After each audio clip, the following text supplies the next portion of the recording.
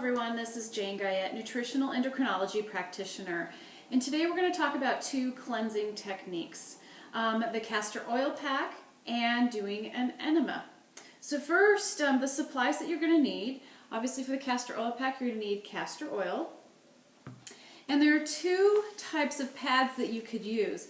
I like using the disposable pad. These are just like hospital chucks or underpads. You can find them in the grocery store. You can even find them in a pet store because they're called puppy pads too. And the other one is actually a castor oil pack, which is pad, which is a wool flannel. Now, the reason why I like the disposable is because during the castor oil process, we're going to actually use the castor oil to lubricate the digestive tract. Now, the skin is very porous, and the skin both excretes toxins and actually absorbs substances that is touching the skin. So we're going to put the castor oil directly on the skin and it's going to be absorbed. But while it's absorbing, it's also going to act as a detoxifier. And so there's going to be a lot of toxins that are going to be removed and are actually going to get absorbed by the pad and stick to the pad. So that's why I like using a disposable pad.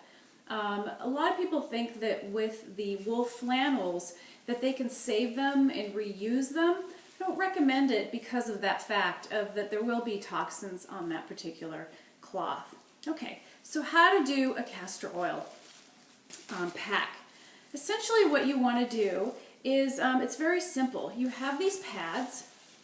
They usually come in the store. They'll either come folded like this, kind of in a rectangular fashion, or they can be completely flat and open. Okay? Open it up here a little bit. Right? They could be more rectangular, you know, like this. We actually don't want it completely open and rectangular. We want to actually leave it, square. You don't want to be at square. We want it rectangular. Clarify that.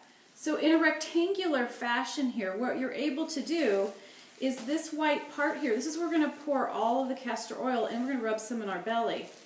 And this is the only surface area you need because that's all you need to just cover your belly. This technique is really great if you're constipated or if you're doing a liver gallbladder flush. It's great for the flush night. It helps to lubricate the digestive tract and helps move all the toxins out of the body faster. So, taking your pad, you want to open it up and kind of figure out how much surface area you need to cover with castor oil.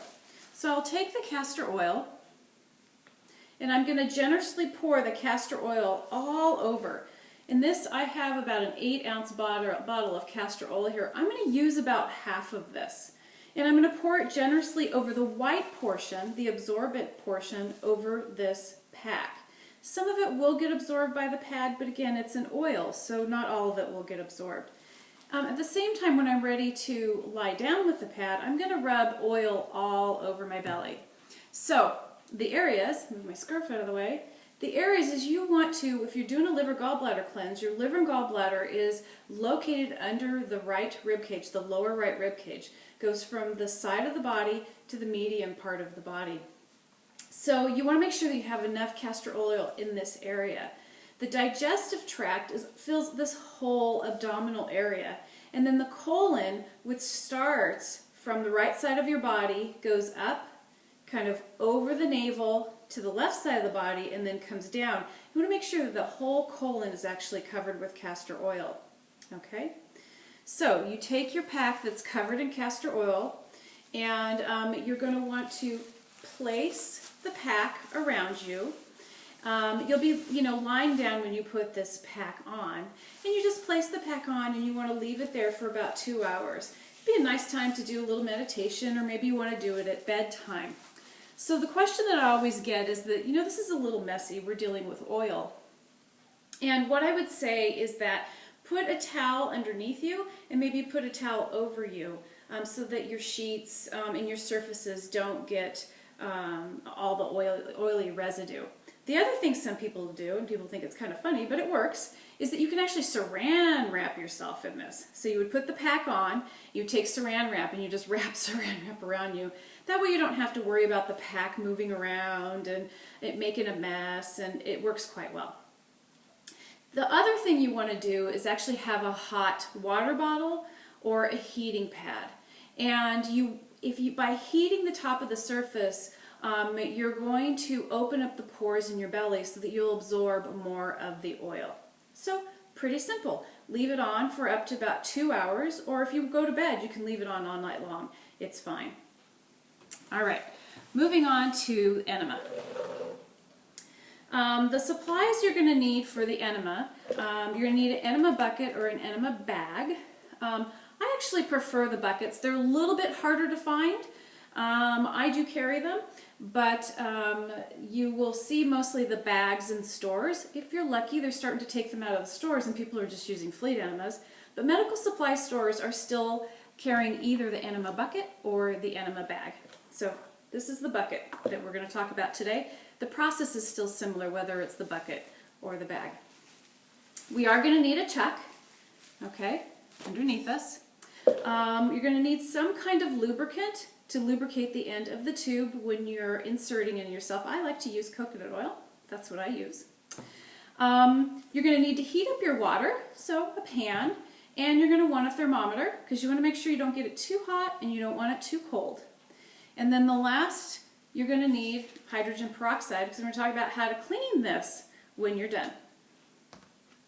Okay, so first off what you're going to do is you're going to use purified water.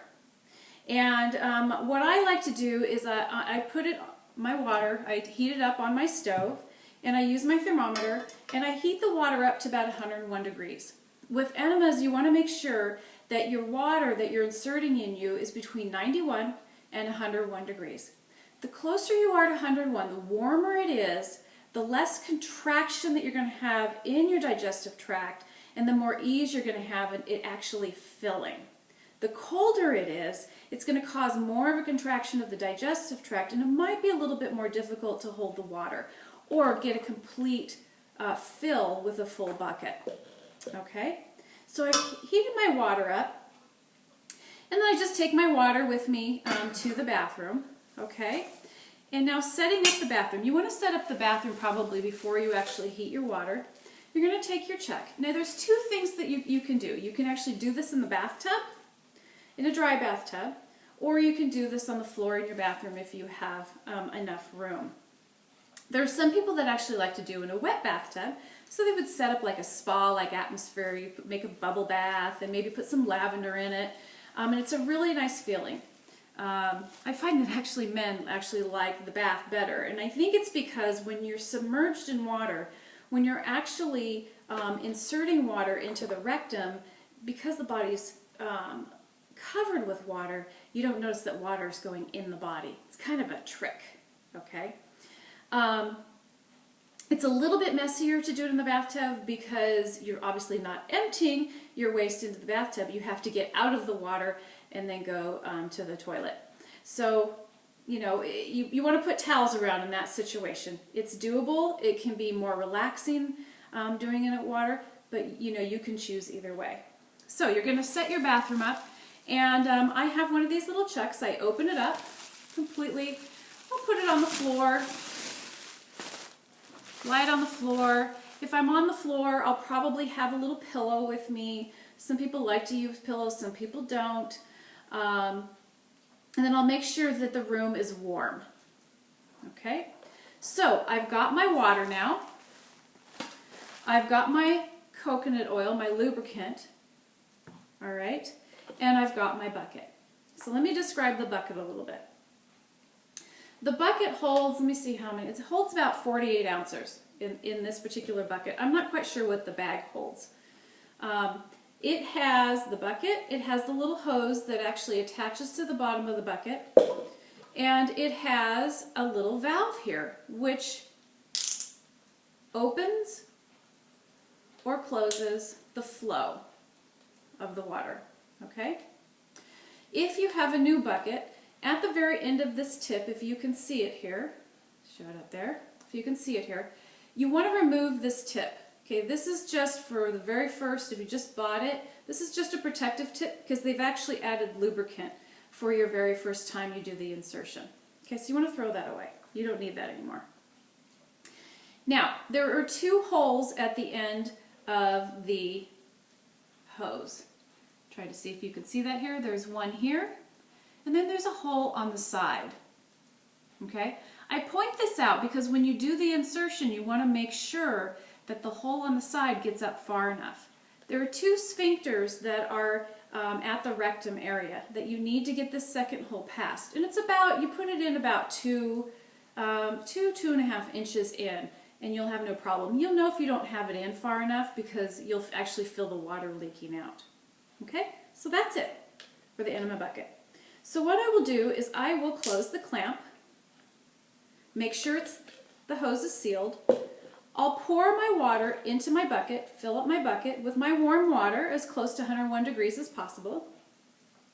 And then what I'm going to do is once I've filled my bucket, I'm going to release the valve so that I take out all the air in the hose. Okay, so you'll release the valve probably in the toilet so you don't get water everywhere. And then you clamp the clamp back down so it stops the flow of water. Now, placement of the bucket.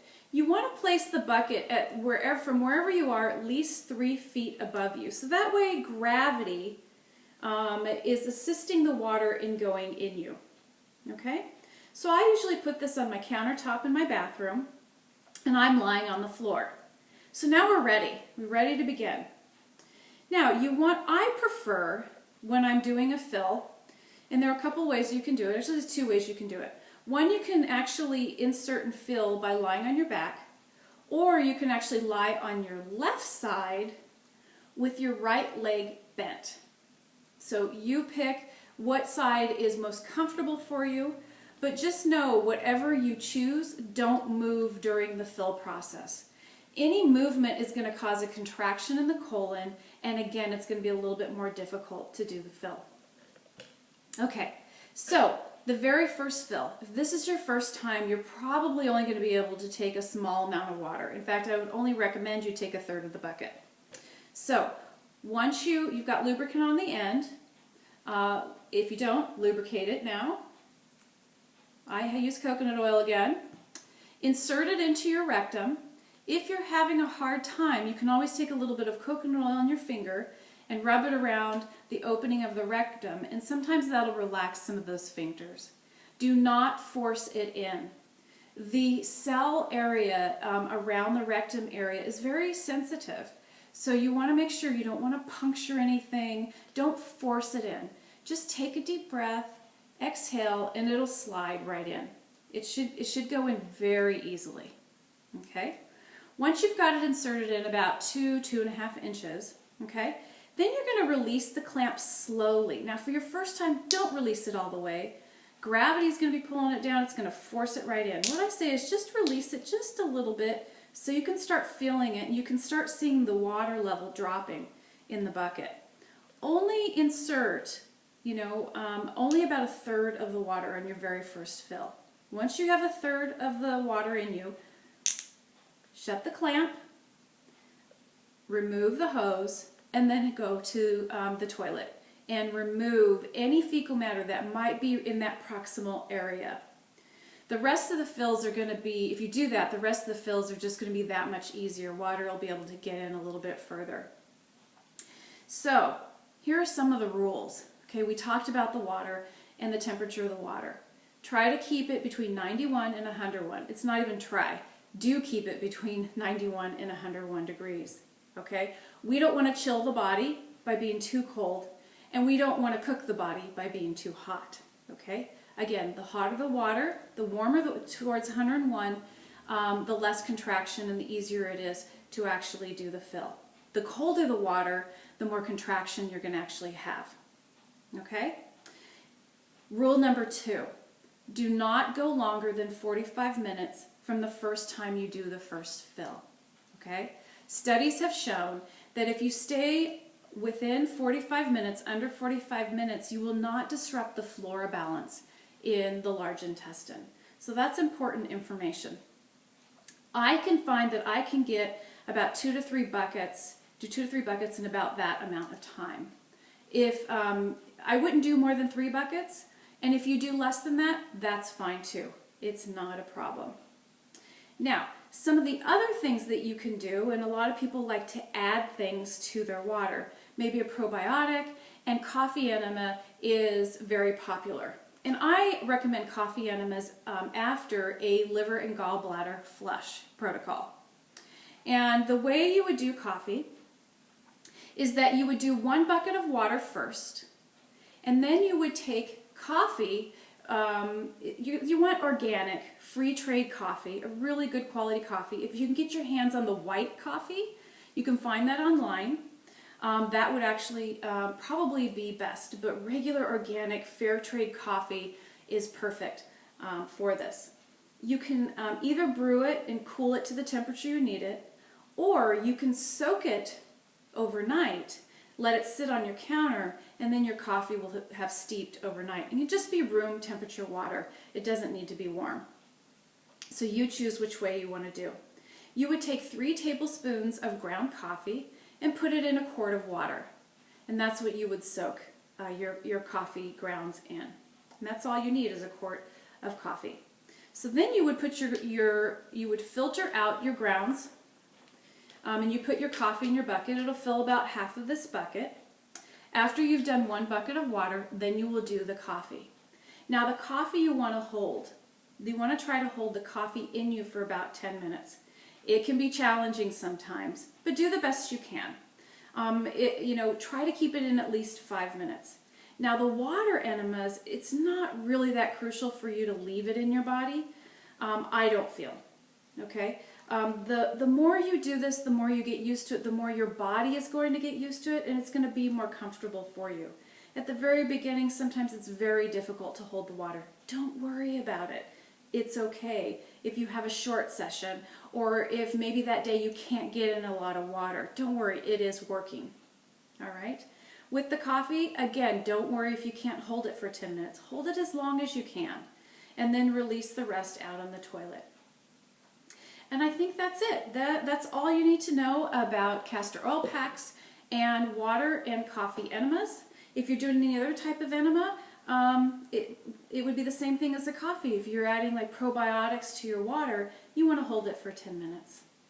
So that's it. I forgot one thing. Cleaning it. Very important. This is what I do in cleaning my buckets and my hoses. So you want to actually take soapy water, clean your bucket, clean the hoses. I let it run through the hose, and I try to clean the tip as much as possible. Then what I do is I fill this with water, I pour in hydrogen peroxide, and I put the tip of this, okay, into my water, and I let it sit there for at least 10 minutes. And that's going to kill all the germs so you can use it for a future use. So these aren't necessarily, they're yes and no, they're disposable, but these are great for multiple uses. Okay, so that's it. I hope you learned something today and it was helpful. This is Jane Guyette, nutritional endocrinology practitioner. Thanks.